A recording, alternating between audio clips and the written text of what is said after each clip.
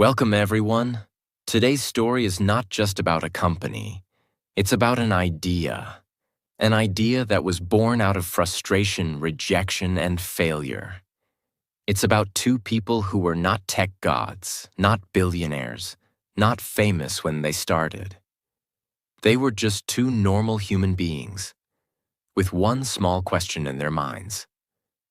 Why can't watching movies be easier? Why do people still suffer for renting entertainment? This simple frustration turned into a quiet revolution.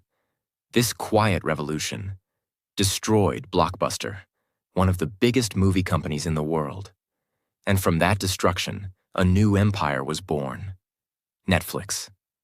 In this video, we are going deep, very deep, into the full, real, and detailed story of Netflix.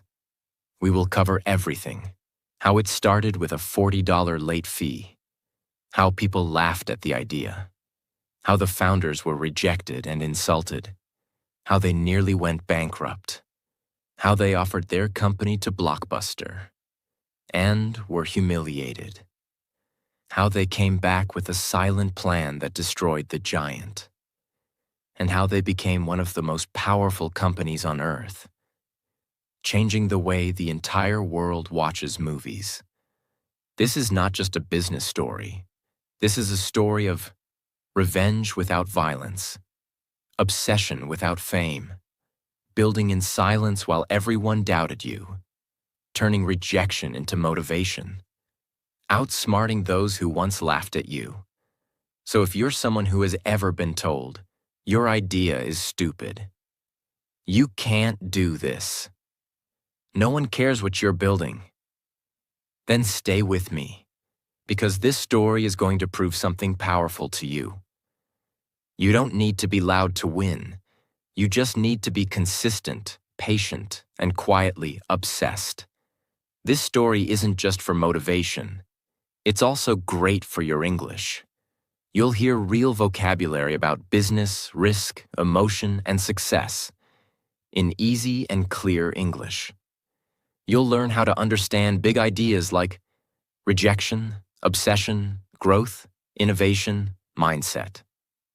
Every sentence in this story is written to help you improve listening skills, learn sentence structure, build confidence in understanding English naturally.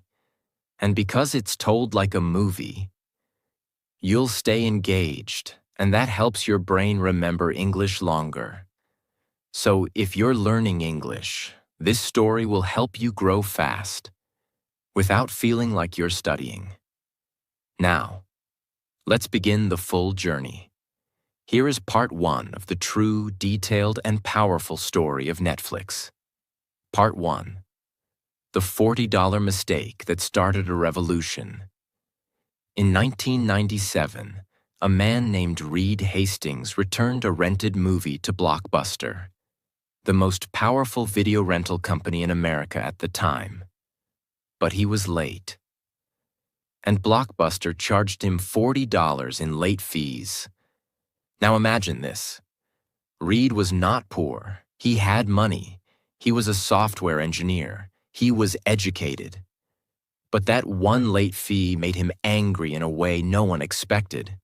He thought, "Why am I paying a fine for entertainment? This doesn't feel fair." He didn't forget the movie. He wasn't irresponsible. He was just busy, like most people. But Blockbuster didn't care. That $40 fine planted a seed in Reed Hastings' mind. A seed made of frustration, curiosity, and a quiet whisper that said, there has to be a better way. At that time, Blockbuster was a giant. They had more than 9,000 stores all over the world. People lined up to rent VHS tapes and DVDs. But their system was old, frustrating, and unfair. You had to go to the store physically, pick a DVD, remember to return it within a few days. And if you forgot, you were punished with a late fee, sometimes more than the cost of the movie itself. And Reed thought, what if people didn't have to go to the store? What if people could choose movies from home? What if there were no late fees at all? Now pause for a second. This is very important. Millions of people had this same frustration, but they just complained and moved on. Reed did something different. He turned frustration into fuel. Reed had a friend and business partner named Mark Randolph. He wasn't a billionaire. He didn't come from a rich family. He was just a dreamer who loved ideas, storytelling, and entrepreneurship. One day, Reed walked into Mark's office and said, "What if we create a service that lets people rent movies? By mail?" Mark was confused. Mail? Like people order a movie and we ship it to them? Reed nodded. Yes, and no late fees, and they can keep it as long as they want. That moment, in a simple office with 0 investors, 0 team, 0 technology, was the birth of Netflix. They didn't have a plan. They didn't have a product, but they had a vision. Make renting movies fair, easy, and modern. Before launching anything, they decided to do a test. They took a CD, not even a movie DVD, just a music CD. They put it inside a small envelope. They wrote an address. They dropped it in the mailbox. Then, they waited.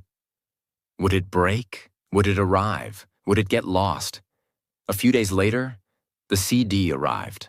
Perfectly. That one moment told them, it's possible. We can do this. The first version of Netflix, 1997. They built a small website. It had a few movies listed. Very basic design. Users could go online, click a movie, and get it by mail. There were no ads, no streaming, no big studios behind them. Just 2 men, a few employees, and a vision. They named it Netflix, a combination of internet and flicks, slang for movies. It was simple, strange, and new. People didn't trust it at first. Why would I rent a movie from a website? I already have Blockbuster. But Netflix didn't stop. They knew something Blockbuster didn't. The future is not about punishment. It's about freedom. In 1999, Netflix made a bold move.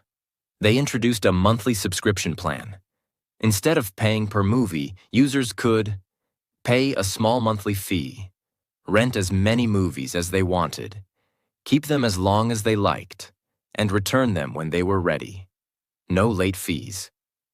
It was unheard of. Nobody in the video industry was doing this. But it solved a huge problem. And slowly, the world started to listen. At this stage, Blockbuster was still laughing. They were making billions from late fees. They thought Netflix was a toy, a joke. But Netflix was growing, not loudly, not quickly, but quietly, one customer at a time. People who tried it loved it, because it was simple, kind, and modern. And this quiet storm was about to become a massive wave. By the year 2000, Netflix was growing, but very slowly. They had a loyal base of customers who loved the subscription model. They were sending DVDs by mail every day. People appreciated the no late fees, the freedom, and the comfort of choosing movies from home. But behind the scenes, Netflix was bleeding money. They were spending more than they were earning. They had warehouses to manage. They had to pay for shipping, employees, servers, customer service. But they weren't profitable. They were losing millions of dollars. He knew Netflix was doing something great. He believed the world would change. But time was running out. They had no backup if they failed, and no one wanted to invest. So one day, Reed made a bold decision. He walked into Mark Randolph's office and said, "Let's offer to sell Netflix." Mark was surprised. "To who?" Reed replied. "To the giant, to Blockbuster." That was the moment that would change everything. Reed and Mark booked a meeting with John Antioco, the CEO of Blockbuster. This was a huge deal. Blockbuster was worth billions. They had over 9,000 stores in more than 20 countries. They were making money from every direction: rental fees, snacks, video games, and especially late fees. Netflix? Just a startup with losses. But Reed believed that if Blockbuster understood the vision, they would join forces. He thought, what if Netflix became the online arm of Blockbuster? We handle the website, the DVD mailing, and Blockbuster handles the stores. It could be a win-win. They flew to Dallas, walked into Blockbuster's luxurious office, and sat across the table. Reed explained the idea passionately. He said, "You dominate physical stores. We dominate online rentals. Let's partner. Or, you can buy Netflix." John Antioco asked, "For how much?" Reed said, $50 million. There was silence in the room. Then, they laughed. Yes, they laughed, right in their faces. $50 million for a DVD website that loses money? Blockbuster's executives mocked them. To them, Netflix was nothing. Just a tiny business with no physical presence. A joke. Reed and Mark left the meeting with red faces and a fire in their chest. They weren't just rejected, they were humiliated. That moment changed everything. Reed looked at Mark and said, "All right then, let's destroy them." They didn't fight back with words. They didn't post on social media. They didn't complain to the world. They did something 10 times more powerful. They went back to work. Reed and Mark doubled down. They improved the website. They made the algorithm smarter. They reduced the DVD delivery time. They hired better people. They studied what customers loved and gave more of it. And slowly, customer by customer, month by month, Netflix began to rise. Blockbuster didn't notice. They were busy making billions and enjoying power. But while they were sleeping, Netflix was building. Here's a very important detail most people don't know. Netflix introduced something that changed everything. A movie recommendation algorithm. In simple words, the Netflix website would watch what you rented, learn your taste, and suggest movies you would probably love. This made people stay longer on the website. It made choosing easier. It made Netflix feel personal. It wasn't just a DVD company anymore. It was a data-driven entertainment experience. And that one innovation made users feel seen, understood, and valued.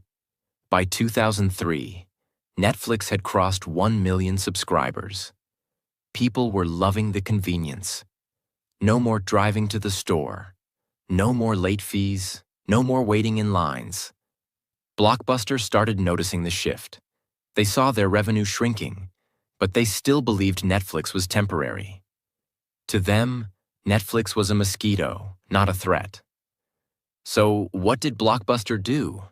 They launched a copycat, Blockbuster Online. But it was too late. Netflix already had years of data, loyalty, and a better system. And most importantly, Netflix had no ego. Blockbuster didn't want to kill their stores because they made billions from late fees. Netflix, on the other hand, had nothing to lose, only the future to build. By 2005, Netflix had millions of happy users, a brilliant tech system, low prices, and full control of the online rental space. Blockbuster kept falling behind. They tried. Cutting prices, mailing DVDs, removing late fees, too late. But people had already fallen in love with Netflix. Why? Because Netflix didn't punish them. Netflix didn't treat them like criminals for forgetting a DVD. Netflix made entertainment feel human, respectful, and modern. Let's talk about what was happening inside the company at this time. Reed Hastings believed in one core idea: give people freedom, treat them like adults. That's why Netflix had no strict dress code. Let employees take unlimited vacation as long as they delivered results. Focused on hiring smart, honest people and giving them space to do great work. This company culture created trust, innovation, and speed. While Blockbuster was stuck in rules, old systems, and arrogance, Netflix became a home for rebels, creators, and thinkers. Part 2.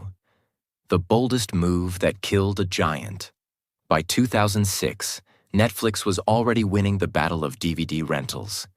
They had crushed Blockbuster's online attempt. They were reaching millions of subscribers, and their system, built on freedom, personalization, and no late fees, had become a silent movement. But Reed Hastings was still not satisfied. Yes, Netflix had grown. Yes, they had loyal customers. But Reed saw something that almost no one else saw at the time. He saw the end of DVDs. He saw the beginning of something invisible. He saw the future. Reed looked at his team and asked, what if people could watch movies instantly? No mail, no envelopes, no waiting. Everyone was confused. In 2006, streaming was a new word. Internet speeds were slow. Watching a full movie online seemed like a crazy dream. But Reed wasn't focused on today. He was building for tomorrow. He believed, if we don't disrupt ourselves, someone else will. Let's pause for a moment and explain the concept of streaming in the simplest way. Streaming means you don't download the movie, you don't wait for a DVD, you just click and the movie starts playing online, like magic. It's what we now use every day. But in 2006, it was revolutionary. There was no YouTube Premium, no Amazon Prime, no Disney Plus. Netflix was about to do something no one in the industry had dared to try. Reed told his engineers to build a system for online movie streaming. But there were challenges. Many customers still use slow internet. Movie studios didn't want to give online rights. No one had done this before at scale. Netflix took a risk. They invested millions in streaming technology. They started negotiating with studios to allow their films online. They trained their users to try watching online instead of waiting for mail. And in 2007, Netflix officially launched instant streaming. Some customers were excited. I can just click and watch? That's amazing. Others were confused. What if my internet is slow? What if the movie stops in the middle? Netflix knew this would happen. They weren't expecting overnight success, but they were betting on one powerful truth. The future always starts small. The internet would get faster, laptops would improve. People would eventually prefer convenience over physical media. While Netflix was quietly moving into streaming, Blockbuster was busy trying to catch up with DVDs, already too late. They were stuck in a cycle of ego and short-term thinking. Blockbuster believed, our stores make billions. People love coming in. Streaming will never work. They didn't see that customers were already tired of driving, tired of paying late fees, tired of standing in line, tired of being punished for forgetting a return. Netflix offered a quiet rebellion. Stay home, get comfortable, watch instantly. And people slowly started switching sides. By 2008, Blockbuster was falling fast. Their stock dropped. Their revenue shrank. Their loyal customers were leaving. Even their best employees were jumping ship to newer companies. They tried launching a streaming service, but they were years behind. and their brand had already been damaged. Netflix had taken the lead, not by being loud, but by being early, smart, and brave. And this time, there was no turning back. While Blockbuster was falling, Netflix kept innovating. Here's what they did next. Step by step. 1. They made streaming better. Netflix invested in content delivery networks, CDNs. These made movies load faster and play smoother. Video compression. So even slow internet could stream movies. Simple user interface. So even non-tech people could use it easily. They studied how people watched, when they paused, what they skipped, and used that data to improve everything. 2. They improved recommendations. Netflix didn't just show random movies. Their system noticed your habits, analyzed your past choices, recommended titles you personally were likely to love. This made people spend hours on Netflix because it felt like the platform knew them. 3. They expanded globally. After their US success, Netflix slowly moved into Canada, Latin America, Europe, Asia, Africa. Each country had different tastes, languages, and cultures.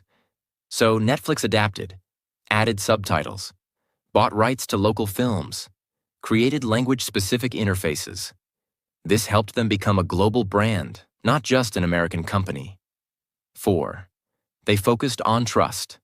Netflix made sure their website never crashed. Streaming never failed. Payments were secure. Customer service was fast and kind. This made people trust them. And in business, trust is everything. By 2010, something unthinkable happened.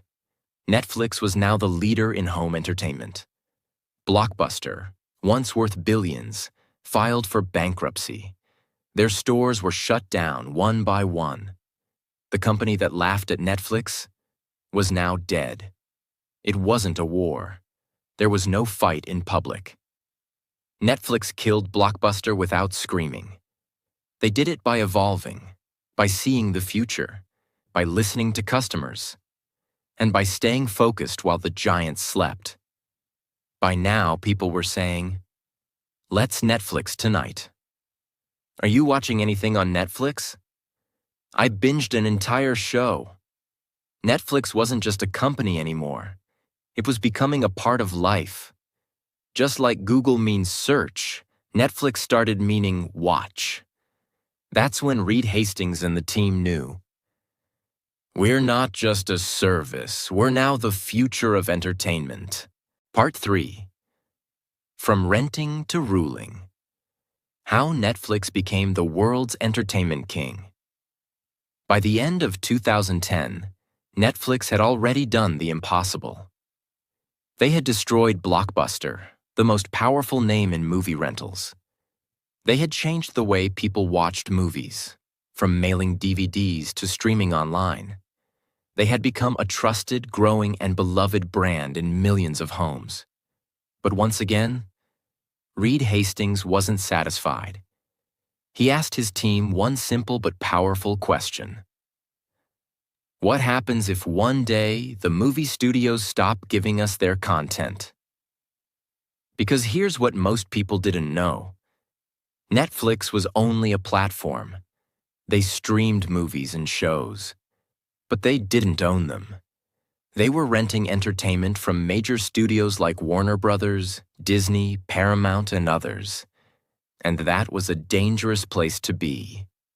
Reed believed that the future of Netflix could not depend on other people. He wanted full control, because renting other people's content meant they could raise prices anytime.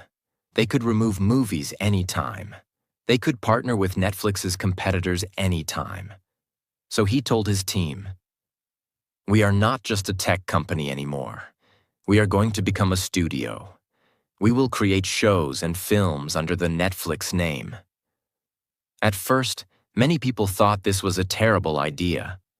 Netflix had no experience in film production, no Hollywood connections, no big actors, no directors, no track record. But Reed was used to doubt. He didn't care about opinions. He cared about direction. In 2011, Netflix heard that a few studios were discussing a remake of a British political drama called House of Cards. It wasn't a superhero story. It wasn't an action-packed blockbuster. It was a slow, serious, dark show about politics, betrayal, and power. But Netflix did something no one expected. They outbid major TV networks like HBO and NBC, offering $100 million to make 2 seasons of House of Cards. Yes. A tech company with no filmmaking experience just offered $100 million to make a serious drama. And they didn't ask for a pilot episode. They gave full freedom to the creators. Why? Because Netflix had data. They knew. Millions of people loved political dramas. Kevin Spacey, the lead actor, had a strong fan base. People who watched similar shows watched all the episodes, binge-watching. So Netflix trusted their data and made a massive bet. Here's what shocked the industry even more. When Netflix launched House of Cards in 2013, they didn't release 1 episode per week like TV channels. Instead, they dropped the full season, all episodes, at once. Why? Because their data showed that people loved binge-watching. They didn't want to wait a week for the next episode. They wanted to finish a show in 1 night, 1 weekend, 1 breath. This changed the entire TV industry. Now viewers had control over when and how they watched, freedom from TV schedules, power to decide their pace. House of Cards became a global hit. It won Emmy Awards, got amazing reviews, and gave Netflix credibility as a content creator. For the first time in history, a company that started with DVDs was now creating high-quality, award-winning shows on its own platform. This moment was a turning point. After House of Cards, Netflix moved fast. They built studios. They hired experienced producers. They signed deals with actors, writers, and directors. They created a new brand inside Netflix called Netflix Originals. This meant, this show or movie is made by us, belongs to us, and can only be found on Netflix. And that's when things exploded. Here are just a few of the shows that Netflix created in the next few years, each one becoming a global sensation. 1. Stranger Things, 2016. A sci-fi mystery about missing kids in a secret government lab. It had nostalgia, thrill, monsters, and heart. Made actors like Millie Bobby Brown global stars. Built a massive fan base across all age groups. 2. Narcos, the true story of Pablo Escobar, told like a crime documentary. Action, drugs, money, power, politics. A perfect mix of storytelling and real history. Loved by both English and Spanish-speaking audiences. 3. Money Heist, La Casa de Papel, a Spanish-language heist drama. Netflix bought the rights and re-released it with subtitles. It became a worldwide phenomenon. Showed that great content can come from any country, any language. 4. The Crown, a historical drama about the life of Queen Elizabeth II. Expensive, elegant, educational. Showed Netflix's ability to do prestige content. 5. 13 Reasons Why, Dark, You, The Witcher, and many more. Each show brought something new. New emotions, new audiences, new storytelling styles, and each one built Netflix's brand further. Netflix wasn't just making content randomly. They used their own user data to understand what types of stories people loved, see what actors had strong fan bases, learn which genres were missing from TV. This made their content decisions smarter than traditional studios. They were mixing creativity plus data. something old film companies didn't know how to do. By now, Netflix was doing something no one in history had ever done. They were creating shows that were watched in over 190 countries, translated into dozens of languages, streamed by people of all ages, backgrounds, and cultures. People weren't just watching Netflix. They were living inside Netflix stories. Characters became global icons. Soundtracks went viral. Merchandise exploded. Meme culture exploded. Netflix was no longer just a service. It was a global entertainment culture. Before Netflix, the entertainment industry was dominated by Hollywood. But Netflix proved that great stories can come from anywhere. That's why they invested in Korean dramas, Spanish thrillers, German science fiction, Indian originals, African documentaries, Turkish romance series. They gave creators around the world a platform, and the world responded with love. Some incredible global hits included Squid Game, Korea; Sacred Games, India; Lupin, France; Fauda, Israel; Elite, Spain. This global expansion helped Netflix reach more than 200 million paid subscribers worldwide by 2021. They weren't just a company anymore. They were the largest entertainment network on Earth. While traditional studios relied on box office sales, cable TV, advertisements, Netflix focused on subscriptions. Their logic was simple. If we make amazing content that people love, they will keep paying monthly, forever. This model worked beautifully. Why? Because it created predictable revenue. It didn't depend on box office hits. It gave them freedom to take risks. It gave creators artistic control, and it kept customers happy. No ads, no waiting, no nonsense. They made money through loyalty, not interruption. This was revolutionary. Internally, Netflix was building something just as powerful, a culture that attracted top talent. Their employee culture was based on two key values. 1. Freedom, you're trusted like an adult. 2. Responsibility. You're expected to act like a leader. They offered no micromanagement, no vacation tracking, no time clocks, but extremely high expectations. If someone didn't perform, Netflix let them go, kindly but clearly. If someone thrived, they were given more freedom, more impact, more opportunity. This created a team that was fast, smart, fearless, obsessed with improvement. This internal strength helped Netflix stay 10 steps ahead of the competition. Netflix's success was so massive that it woke up other tech giants. Soon, the battlefield got crowded. Amazon Prime Video launched. Disney Plus entered the game. Apple TV Plus joined. HBO Max, Peacock, Paramount Plus, and many more began fighting for attention. Everyone wanted a piece of the streaming empire. But here's what mattered. Netflix wasn't afraid. Why? Because they had a 10-year head start, deep knowledge of their users, a massive content library, an unmatched global brand. Netflix knew the world is big enough for competition, but only the best will survive. And Netflix planned to stay the best. Once again, Netflix pushed boundaries. They launched shows where the viewer could control the story. Example: Black Mirror Bandersnatch. In these shows, you decide what the character does. Your choices change the outcome. It's like watching and playing a game at the same time. This was another signal that Netflix was not just following trends. They were creating them.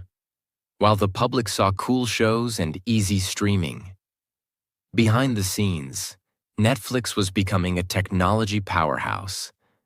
They built custom video compression tools for faster streaming, used AI to personalize user recommendations, created original sound mixing systems, designed thumbnail images differently for each user.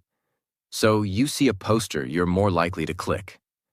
They didn't just make content, they engineered the experience. Netflix became a perfect example of art meets science, creativity powered by data. When the world shut down during COVID-19, movie theaters closed, concerts stopped, events were canceled. But people still needed entertainment. They needed escape, emotion, connection, and comfort. Netflix became a lifeline. People streamed more than ever. New users signed up by the millions. Hits like The Queen's Gambit, The Crown, and Tiger King exploded globally. Netflix didn't just survive the pandemic, they thrived in it.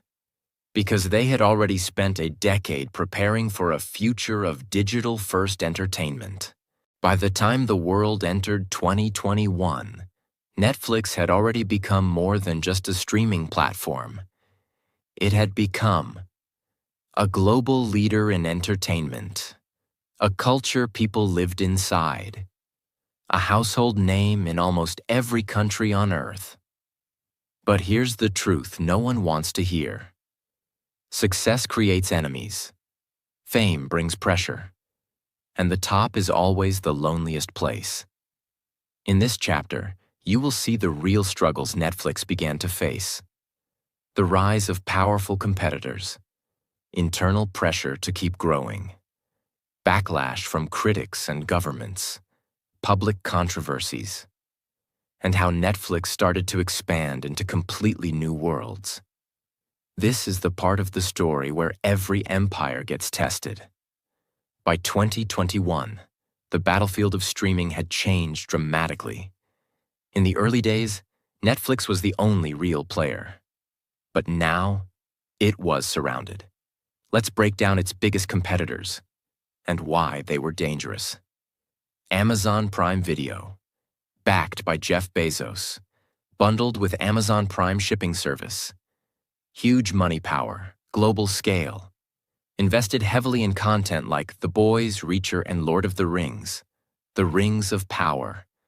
Disney Plus, backed by Disney, one of the most powerful media companies in history. Owned Marvel, Star Wars, Pixar, National Geographic.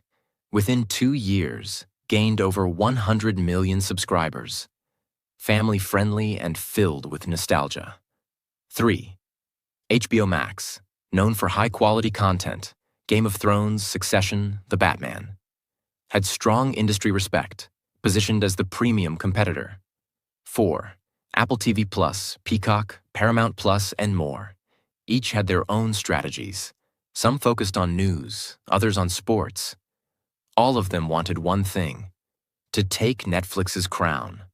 For the first time in its life, Netflix wasn't alone anymore.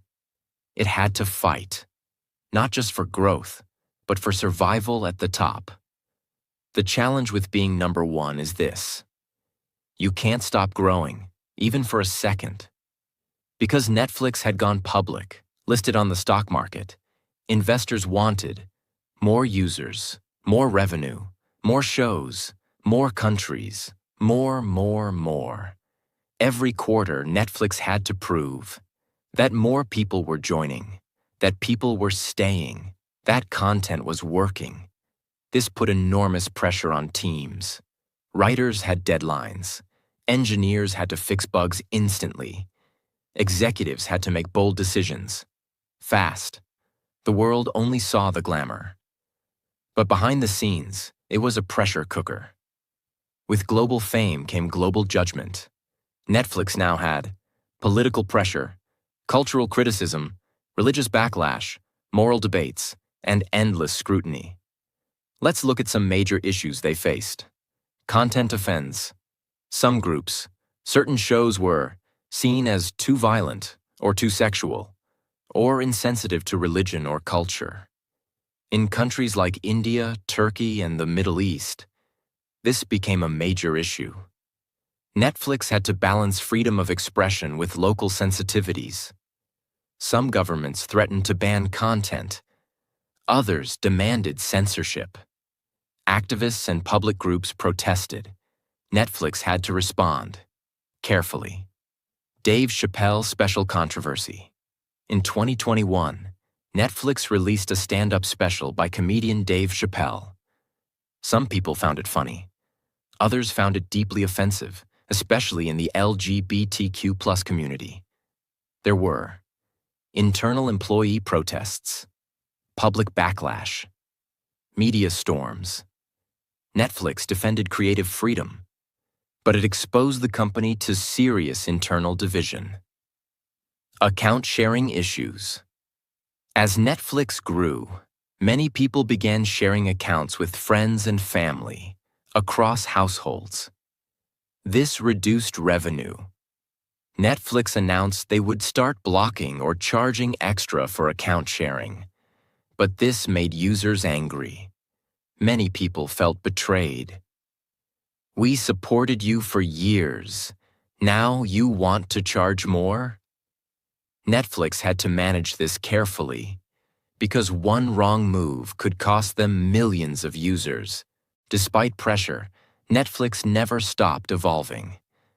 Let's break down how they continued to innovate and where it worked and failed. Mobile-first strategy. Netflix began building shows especially for smartphones, especially in countries like India, Indonesia, and Africa.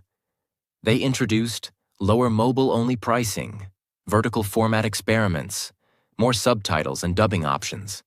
The goal was to reach the next billion users. Gaming. Netflix made a bold move. They entered the gaming world. Why? Because they believed, if people love Netflix stories, maybe they want to play inside them. They launched Netflix Games, where users could download mobile games for free with their subscription. Some were based on Netflix shows, others were original. But this was a risky expansion, because building great games is completely different from streaming video. Still, it showed Netflix's hunger to evolve. Interactive stories and experiments. Netflix kept experimenting with choose-your-own-path stories, live streaming events, global watch parties, AI-generated recommendations. They believed, we are not just a movie company, we are the future of entertainment. But every innovation came with cost, risk, and the pressure to impress millions of users instantly. By 2022 to 2023, Netflix reported, for the first time, that they had lost subscribers. This was shocking. People were spending less. Competition was strong. Some were canceling to save money. Others were switching to cheaper platforms. Netflix stock dropped sharply. The media called it the fall of Netflix. People started asking, is the Netflix era over? But here's the truth. Every empire faces storms. What matters is how they respond. Netflix answered with better, stronger content. Wednesday, All Quiet on the Western Front, The Sandman, The Diplomat. New pricing tiers, including cheaper plans with ads, stricter rules on account sharing, and investment in global content creation from Korea, India, Nigeria, France, and more. They weren't just reacting. They were reinventing themselves again. And it started working. Their stock began recovering. Their subscriber base started rising again. And their belief in long-term thinking paid off. Once again. Netflix was no longer a young dream. It had become a global empire, and empires must fight to stay alive. But what made Netflix different was this.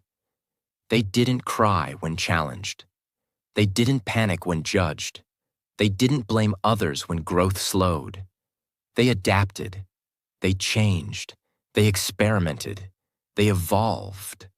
And they proved something powerful. Success is not about avoiding failure. Success is about rising.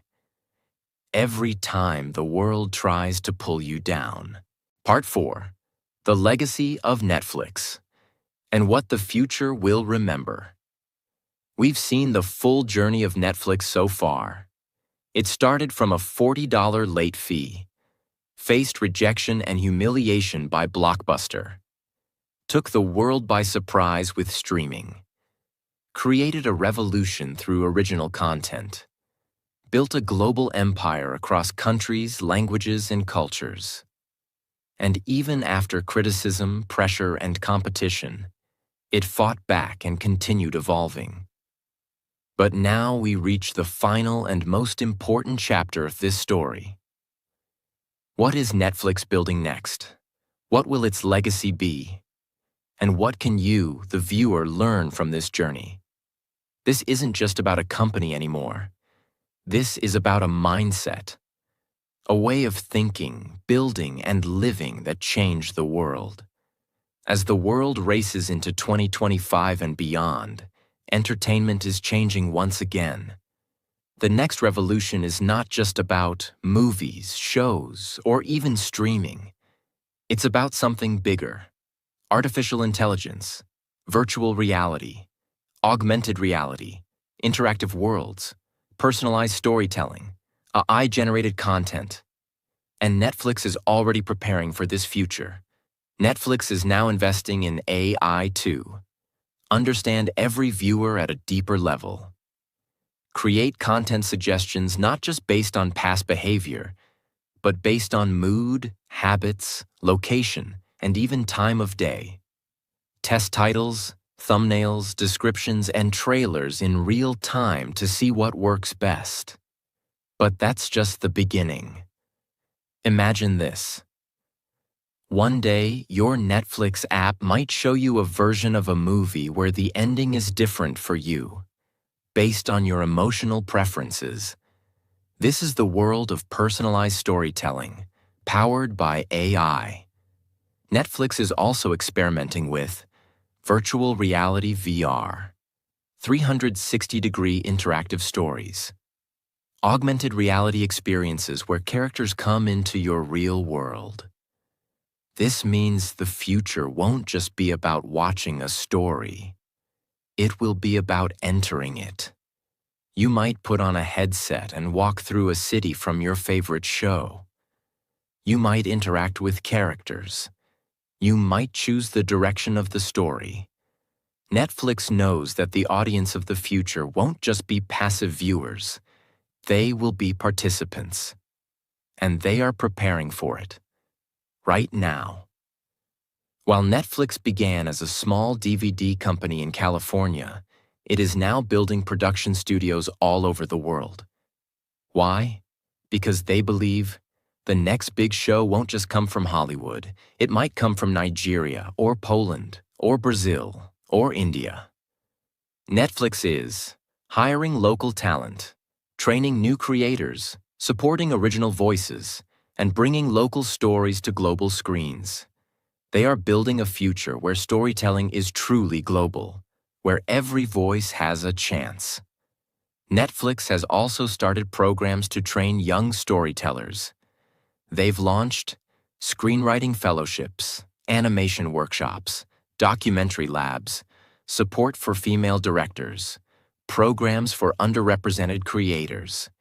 This is more than charity. It's a long-term bet. Because Netflix knows, if we want great content 10 years from now, we have to plant the seeds today. They're not just buying shows, they're building creators, the emotional core of Netflix's legacy. Behind all the data, all the code, all the deals and dollars, Netflix's story is about something very human. The power of obsession, the pain of rejection, the beauty of long-term thinking, the courage to evolve, even when you're winning. Let's now return to the beginning. To Reed Hastings. He was never trying to be a billionaire. He didn't start Netflix because he wanted fame. He was just a man who got angry over a $40 late fee. But instead of complaining, instead of blaming, instead of quitting. He built something that changed how the entire planet watches stories. That's what makes Netflix special. Now let's take everything from this 4-part story and bring it home to your life. Whether you're a student, an entrepreneur, a creator, a dreamer, here are the deep truths Netflix teaches us. 1. Build from pain. That $40 late fee wasn't just a charge, it was a spark. Your pain can either destroy you or launch you. 2. Start small, but start now. Netflix began with a single CD in a single envelope. Big things don't start big. They start quiet and uncertain. 3. Be ready to be laughed at. Blockbuster laughed at them. The world called them a joke. Even their families doubted the idea. But Netflix kept going. In silence. 4. Disrupt yourself before others do. They moved to streaming before the world was ready. They created originals before they needed to. They launched global content before anyone asked. Always ask, what's next? 5th, let data support creativity, not replace it. Netflix became great by mixing human stories with smart technology. Use both. Don't ignore either. 6, stay hungry even when you're full. Even after winning the world, Netflix never stopped improving. They reinvented themselves again and again. 7, make your own stage.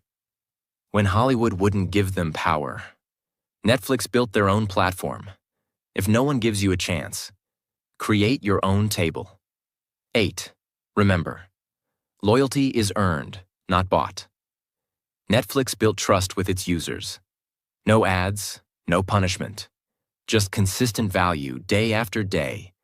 That's how you build something that lasts. So, what is Netflix really?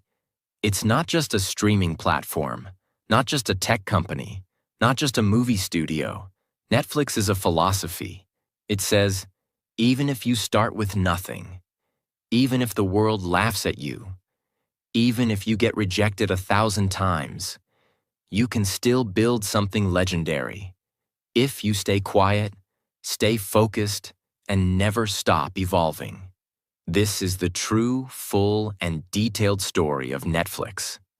From a $40 late fee to over 250 million global subscribers, to changing the way humans experience entertainment forever. Netflix didn't just beat Blockbuster. They beat every excuse. They beat every limitation. They beat every doubt. And now, their story belongs to the world. If you felt inspired, moved, and empowered by this story, share it with someone who's building something of their own. Because you don't need to be loud to change the world.